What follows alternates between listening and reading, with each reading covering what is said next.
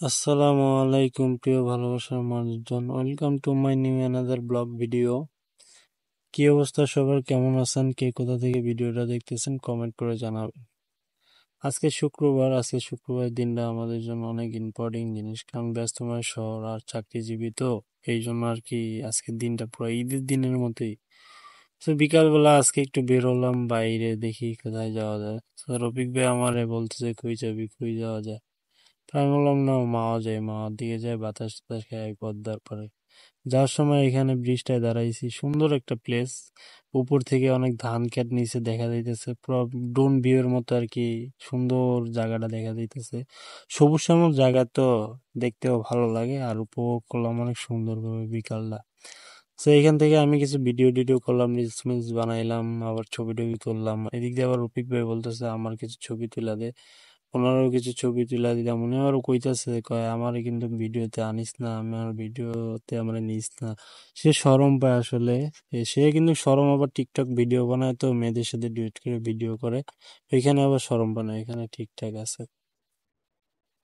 তো এখান থেকে ছবি টবি তোলার পরে আমরা রওনা করলাম মাওয়ার উদ্দেশ্যে। পদ্মার পাড়ে যাব কখন, এখানে বাতাস টাতাস খাবো, এখানে এই জন্য যাচ্ছি। তো যাই, ফাইনালি দোয়া করেন সবাই যেন সুন্দরভাবে, সবার পথযাত্রা সুন্দর হয়, সুন্দরভাবে যেতে পারে। তো আমরা বলতে না বলতে আধা ঘন্টাও সময় লাগে না, আমরা চলে এসেছি এখান থেকে, ব্রিজ থেকে।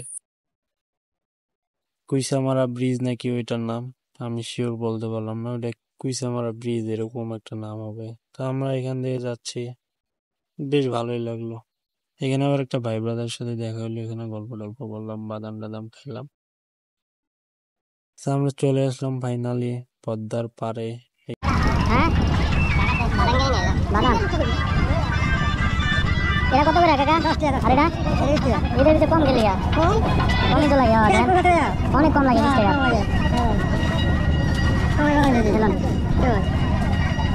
পরে গেলে দাম এটা 10 টাকা, এটা কম লাগে না? 10 টাকা এটা দিছে, আর এই যে 20 টাকা দিছে, দেখছো? চল বেটা, চলুন। চাচাই কি গান লাগিয়ে দিলাম? হ্যাঁ, 20 টাকা দিলাম না আমি? 10 টাকা দিলাম না মাত্র। গান আমার টাকার দরকার নাই।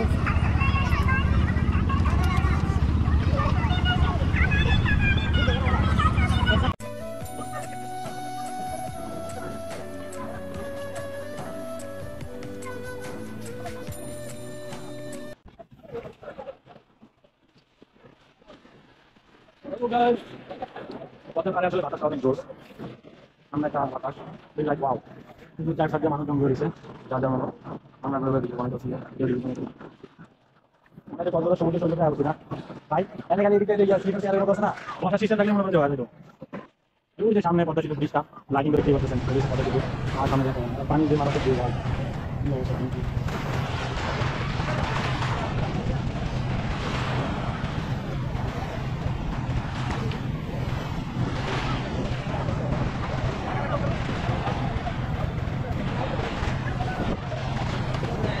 ভাই এটা মিনি কক্সবাজার এখানে দরকার ওটা না।